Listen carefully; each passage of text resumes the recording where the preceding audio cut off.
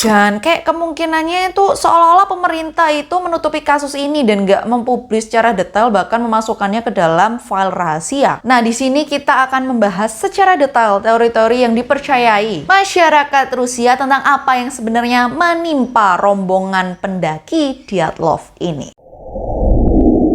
Kita akan membahas dari teori pertama yang ditetapkan sebagai teori resmi, bukan teori, penyebab resmi dari insiden ini. Pemerintah Rusia menetapkan longsor salju sebagai penyebab resmi insiden Dyatlov. Jadi di teori ini tuh diceritakan kalau pada saat membuat tenda itu kan kondisinya sedang banyak salju ya kan. Terus akhirnya banyak salju-salju yang menumpuk di sekitar tenda para pendaki ini. Lalu karena semakin menumpuk tuh akhirnya salju ini menimpa tenda yang sudah dibuat oleh pendaki. Kemudian karena panik nih, kayak kok ada longsor nih kayaknya nih. Wah, lalu mereka segera keluar dari tenda dengan cara, karena saking paniknya mereka lalu merobek tenda itu. Jadi nggak dibuka biasa, karena panik dirobek lah sama mereka menggunakan pisau dari dalam. Lalu mereka akhirnya bergegas keluar dari tenda dengan mengenakan pakaian yang seadanya yang mereka kenakan pada saat itu. Kemudian mereka lalu berlari bergegas menuju ke area pohon-pohon yang bisa mereka jangkau pada saat itu, yaitu hutan pinus. Dan dikarenakan suhu di luar pada saat itu sangat-sangat dingin, yaitu dari sekitar minus 30 derajat Celcius, mereka akhirnya terkena paradoxical undressing. Paradoxical undressing ini merupakan sebuah kondisi di mana tubuh sudah tidak bisa merasakan dingin karena suhu yang sudah nggak bisa diterima lagi karena sangat-sangat dingin banget. Jadi tubuh itu sudah nggak merasakan dingin, tapi malah merasakan kepanasan, bahkan seperti terbakar gitu ya kan. Jadi entah karena melindungi diri atau gimana, karena ya mati rasa gitu, malah tambah panas banget. Terus akhirnya biasanya penderita dari kondisi ini itu mereka akan melepaskan pakaiannya satu persatu karena merasa kepanasan, padahal sebenarnya mereka itu sangat-sangat kedinginan. Lalu setelah itu mereka akan mengalami halusinasi dan kehilangan kesadaran lalu meninggal dunia. Loh bentar deh, bukannya mereka terkena hipotermia?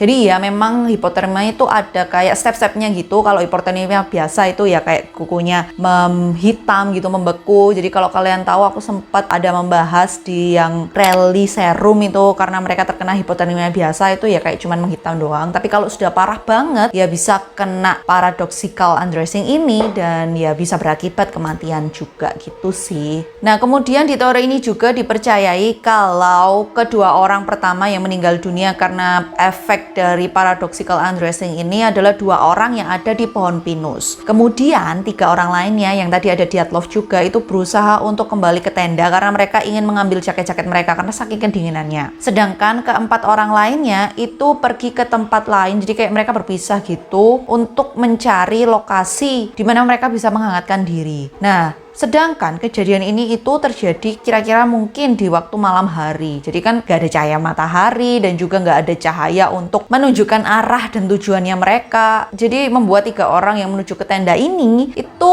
tidak bisa menemukan tenda dengan cepat. Jadi mereka ya benar-benar kayak ya buta arah gitu kan ya kan. Terus akhirnya mereka sudah tidak sanggup lagi di tengah-tengah perjalanan antara pohon pinus dan juga tenda. Sedangkan keempat orang ini yang pergi mencari tempat pertolongan lainnya mengambil baju teman-temannya itu untuk digunakan sebagai tambahan penyelamatan diri mereka. Jadi biar mereka juga nggak semakin kedinginan dan mereka bisa menyelamatkan diri gitu kan. Ya temannya sudah meninggal, jadi ya biar mereka bisa bertahan gitu istilahnya. Dan itulah semua kejadian yang dipercayai oleh pemerintah Rusia. Dan ini juga bisa menjelaskan kenapa kok tendanya itu dirobek dari dalam dan kenapa ada beberapa pakaian korban yang dikenakan oleh 4 mayat yang ditemukan 2 bulan kemudian. Tetapi teori ini memiliki kelemahan. Salah satunya yaitu tidak menjelaskan jejak kaki yang ditemukan di dekat area tenda hingga ke pohon pinus itu kok nggak terlihat seperti berlari. Kemudian juga kondisi para korban yang sepertinya luka parah sekali dan nggak tahu disebabkan oleh apa, yang pasti bukan manusia. Dan juga kalaupun longsor salju itu katanya nih di daerah tersebut sebenarnya nggak pernah terjadi longsor salju. Tapi ya pemerintah tetap kayak ngotot ya itu saljunya karena tumpukan di sekitar tenda itu tadi. Cuman ya bisakah, aku rada nggak nggak tahu sih. Tapi ya mungkin aja bisa, itu yang dipercaya pemerintah Rusia. Tapi nggak menjelaskan juga kok bisa ada zat radioaktif di salah satu bajunya, dan itu merupakan zat radioaktif yang sangat-sangat tinggi kandungannya ya, begitu kan. Sebenarnya kalau kita pasti maksudnya kayak pendaki level 2 nih ya, sudah sering melakukan pendakian ya, meskipun level 3 ini sangat-sangat susah, tapi kan dia pasti sudah melakukan briefing dan juga lain sebagainya. Dia pasti akan tahu di mana lokasi kemah yang aman dan terhindar dari longsor salju. Apalagi pegunungan yang dia daki itu merupakan pegunungan bersalju. Jadi ya kayak aneh sih kalau memang terjadi longsor salju di daerah yang mereka pilih.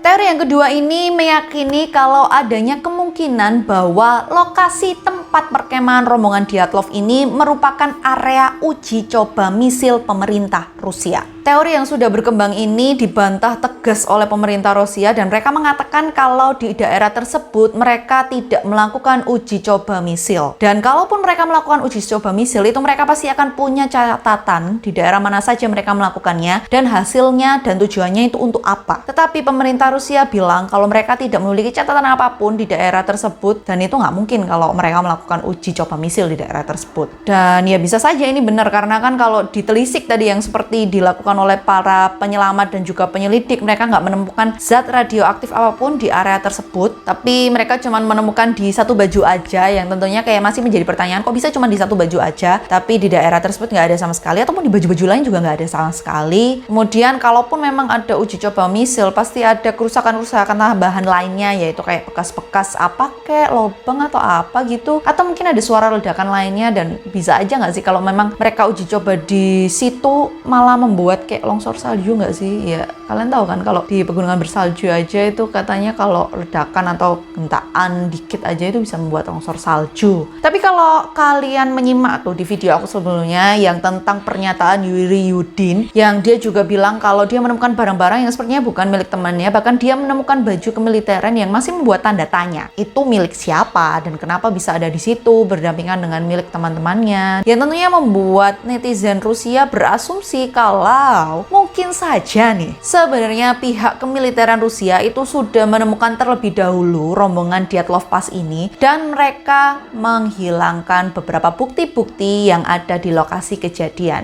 yang tentunya entah bukti apa yang dihilangkan dan untuk apa.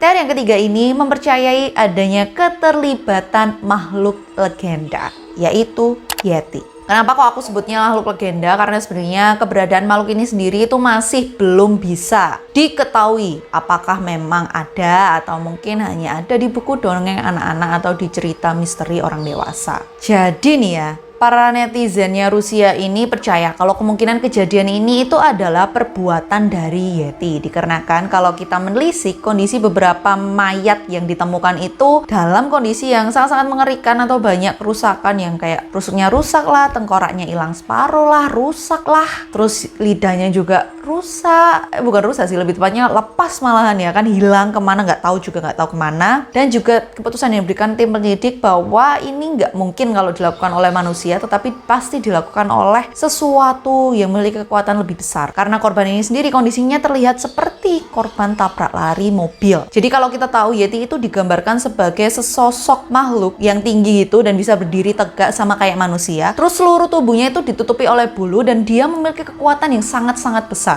Meskipun dia bukan pemakan manusia atau dia bukan pemakan daging begitu ya kan, tetapi bisa saja dia merasa terancam karena area tempat tinggalnya atau area dia bersarang itu tiba-tiba didatangi oleh sekelompok manusia, dan karena dia merasa terancam, dia lalu menyerang rombongan ini. Dan selain itu, di salah satu hasil foto yang dimiliki oleh pendaki ini, jadi para pendaki waktu itu membawa kamera gitu ya kan, setelah dicetak fotonya ini, para penyelidik cukup kaget karena mereka melihat seperti ada bayangan hitam gitu yang kayak gelap gitu di area pepohonan pinus yang lokasinya tidak jauh dari tenda para pendaki. Ya entah itu hasil dari titik cahaya atau gimana, tapi itu kelihatan kalau di situ ada bayang-bayang hitam gitu sih katanya.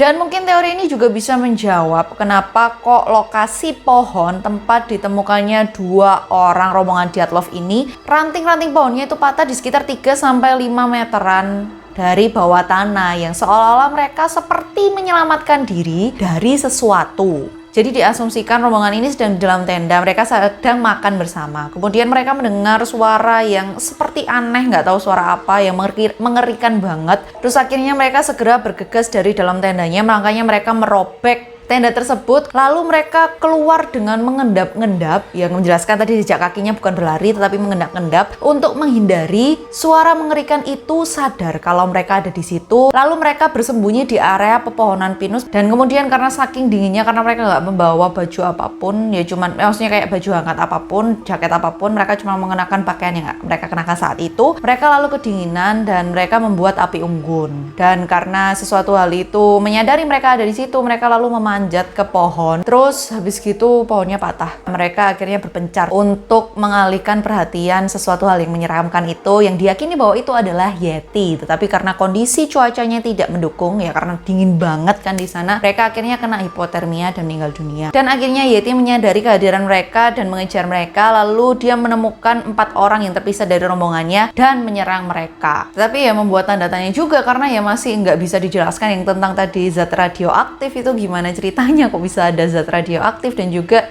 kenapa Yeti menyerang. Apakah memang benar-benar karena manusia-manusia ini masuk ke dalam teritorialnya, atau ada hal yang lainnya? Dan yang paling utama poinnya adalah apakah Yeti itu benar-benar nyata, makhluk ini apakah benar-benar ada. Ya begitulah dari teori ini. Kita akan langsung lanjut ke teori yang keempat. Teori yang selanjutnya ini mempercayai bahwa tragedi ini berkaitan dengan alien. Disebutkan nih dalam beberapa laporan bahwa di sekitar area lokasi kejadian atau tempat para pendaki ini berkemah dalam rentang waktu Februari sampai Maret, ada cahaya yang sangat terang muncul di langit yang diperkirakan merupakan hasil cahaya dari pesawat alien. Selain itu, di hasil foto yang diambil oleh para pendaki itu juga terdapat foto dengan latar belakang yang gelap, lalu terdapat cahaya kayak cuman 3 cahaya gitu, yang bisa diartikan bahwa pada saat itu mereka melihat sebuah pesawat alien. Dan karena mereka terkagum dengan pemandangan yang mereka saksikan pada waktu itu, mereka lalu mencoba mengabadikannya dengan kamera yang mereka bawa, dengan tujuan mungkin saja nanti bisa dipamerkan ke teman-temannya pada saat mereka turun gunung. Tetapi setelah itu selanjutnya mereka entah bagaimana akhirnya terhempas oleh angin atau oleh cahaya dari pesawat tersebut, yang membuat mereka terpental ke pepohonan pinus, yang tentunya membuat mereka akhirnya kedinginan. Dan juga skenario yang selanjutnya adalah mereka berusaha menyelamatkan diri mereka dari alien yang tidak mereka ketahui itu dengan berpencar. Dan itu juga menjelaskan kenapa kok ada zat radioaktif dengan kadar yang sangat tinggi di salah satu baju para pendaki itu, yang mungkin saja itu berasal dari zat pesawat luar angkasa alien atau dari alien itu sendiri. Teori selanjutnya ini adalah teori yang paling banyak dipercayai oleh masyarakat, yaitu adanya keterlibatan KGB.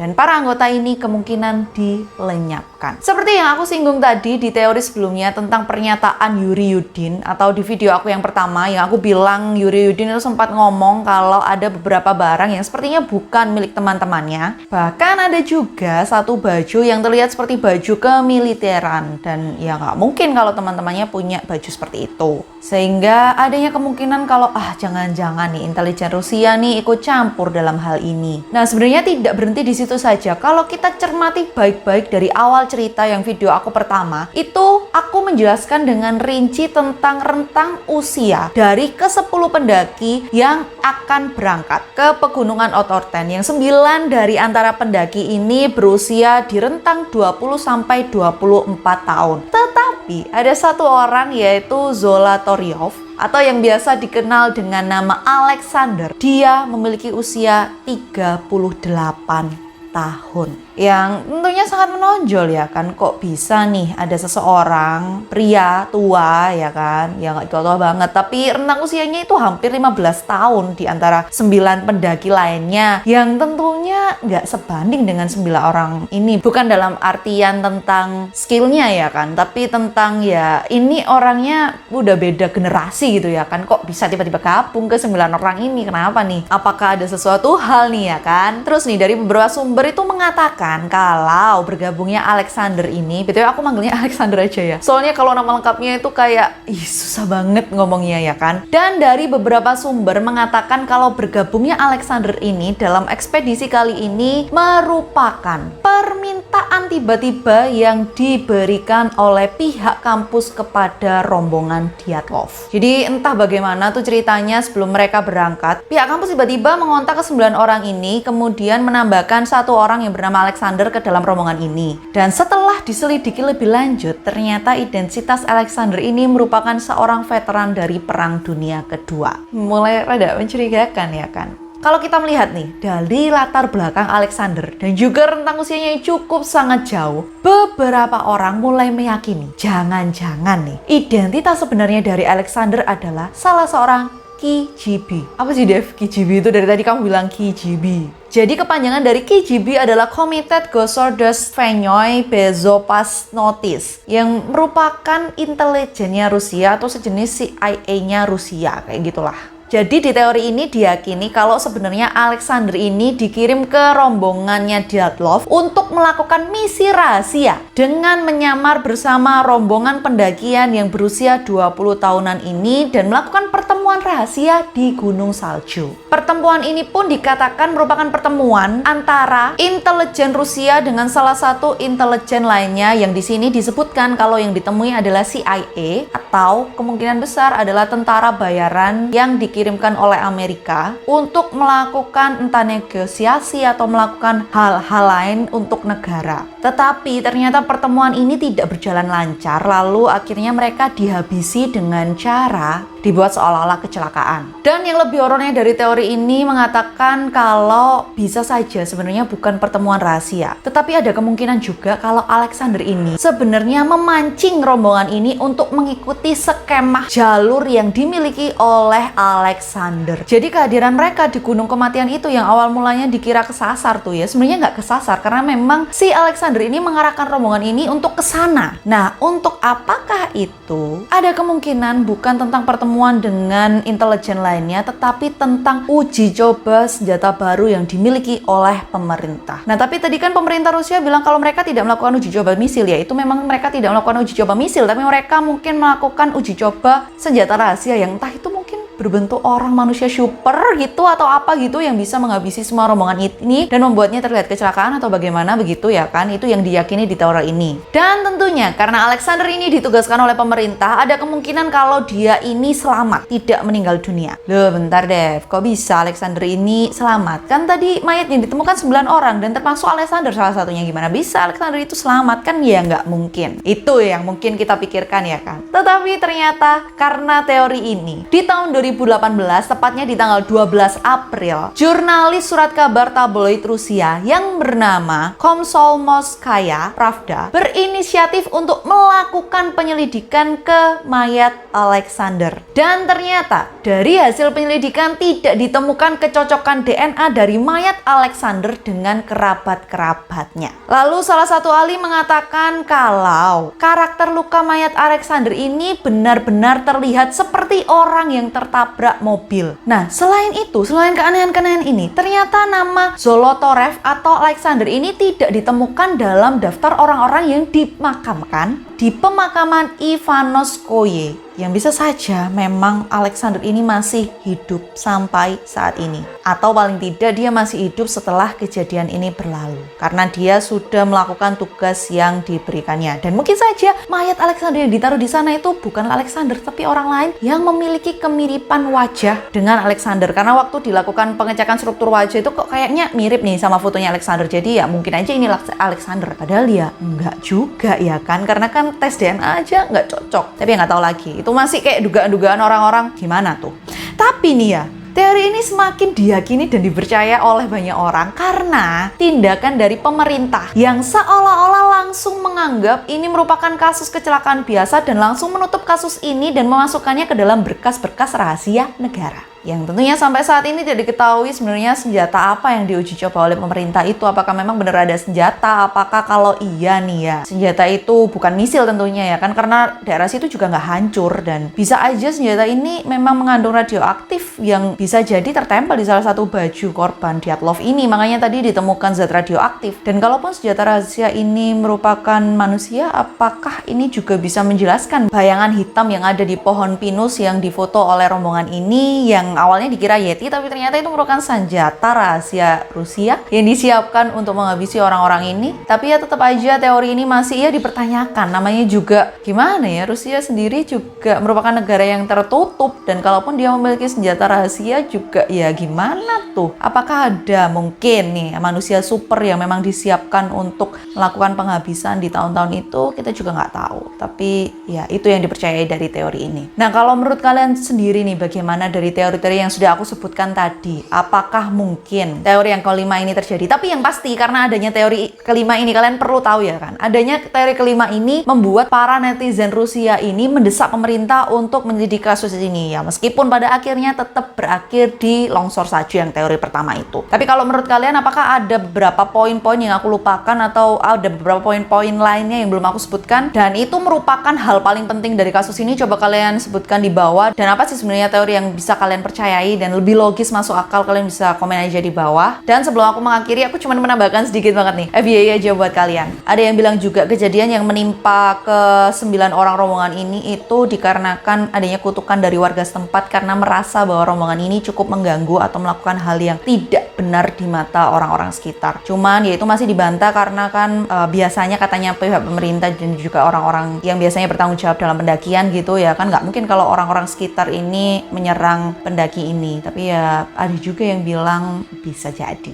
Ya begitulah di akhir video kali ini. Aku mengucapkan terima kasih banyak untuk kalian semua yang sudah menonton video kali ini dari awal sampai akhir, dari part 1 ke part 2, dan juga kalian semua yang sudah memberikan komentar, kritik, dan saran untuk channel aku. Dan juga kalian kalau ada ide-ide menarik untuk kasus-kasus aku selanjutnya yang bisa aku bawakan, kalian bisa aja komentar di bawah. Dan aku mengingatkan kalian untuk jangan lupa support aku dengan cara klik tombol subscribe dan juga nyalain lonceng notifikasinya. Dan tentunya kalian bisa follow aku di Instagram di @deviamare13. Terima kasih banyak untuk semuanya dan sampai jumpa di video aku selanjutnya. Bye-bye.